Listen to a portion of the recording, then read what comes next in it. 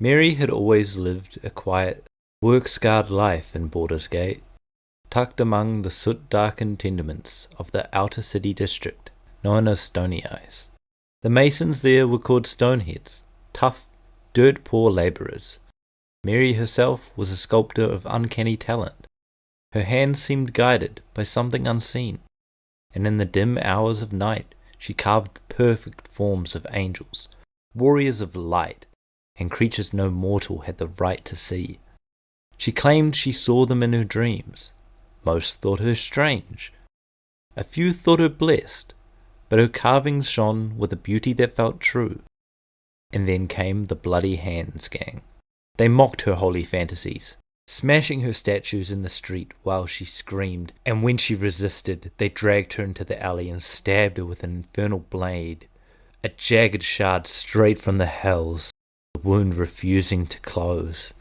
It didn't bleed exactly. Instead it burned, as if a sliver of hellfire had been left inside her.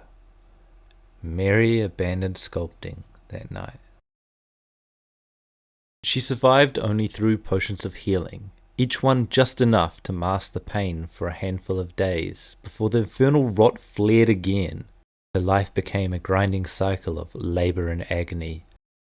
Gold was a treasure the outer city rarely offered, but she clawed enough together by laying bricks, chiselling stone, and shaping clay for wealthier districts. Later, fortune and stubborn courage earned her a position at the Garrenmore stables. No one else dared tend to their cockatrice, but Mary was unshakably steady. Strangely, her belly swelled despite her meagre diet. The midwives whispered, twisted and evil rumours spread. Mary withheld the disrespect cast upon her, for it kept her safer than the truth. Her pregnancy was supernatural. On the night of childbirth, Mary collapsed, bleeding from the infernal wound that had never healed. Her vision dimmed until a blast of radiant warmth flooded the stables. A unicorn, snow-white hair and a horn that shimmering with celestial fire appeared, bowed its head and touched the infernal scar, stopping it from bleeding and saving Mary's life. And in the straw beneath her, a newborn child whose eyes glowed softly like moonlight through mist. She named him Gabriel.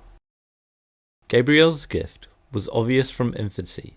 His eyes glowed bright and feathers grew from his back. Mary taught him kindness, humility, and fear. The cult of the dead three stalked Baldur's Gate like wolves. A child infused with celestial essence and healing power, they would carve his heart out for a ritual without hesitation. So Gabriel learned to hide.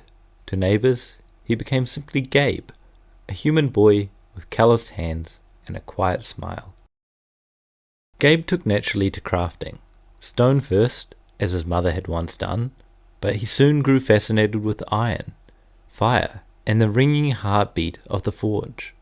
Farmers came to trust the stony-eyed smith for tools that lasted. His dream, spoken to no one but his mother, was to craft a suit of plate armour, fit for a hero. With scavenged tools and whatever coin he could spare, he taught himself alchemy as well, learning to brew potions of healing.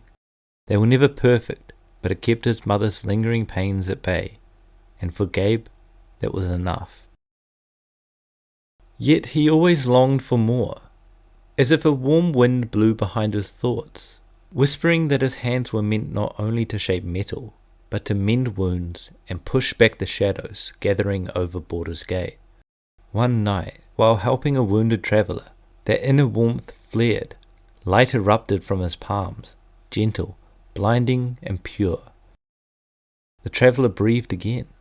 Gabe realized then that the unicorn's blessing did not end with saving his mother. It lived in him. Gabriel embraced the divine spark within him. He devoted himself quietly to the principles of light, hope, healing, and courage. He prayed not to any single god, but to the radiant force that saved his mother.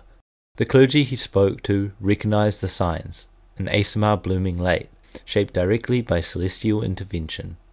He became a cleric of light, but one who still carried the hammer of an artisan and the humility of a stoneworker's son. He dreamed of forging more than metal. He dreamed of forging a safer Baldur's Gate,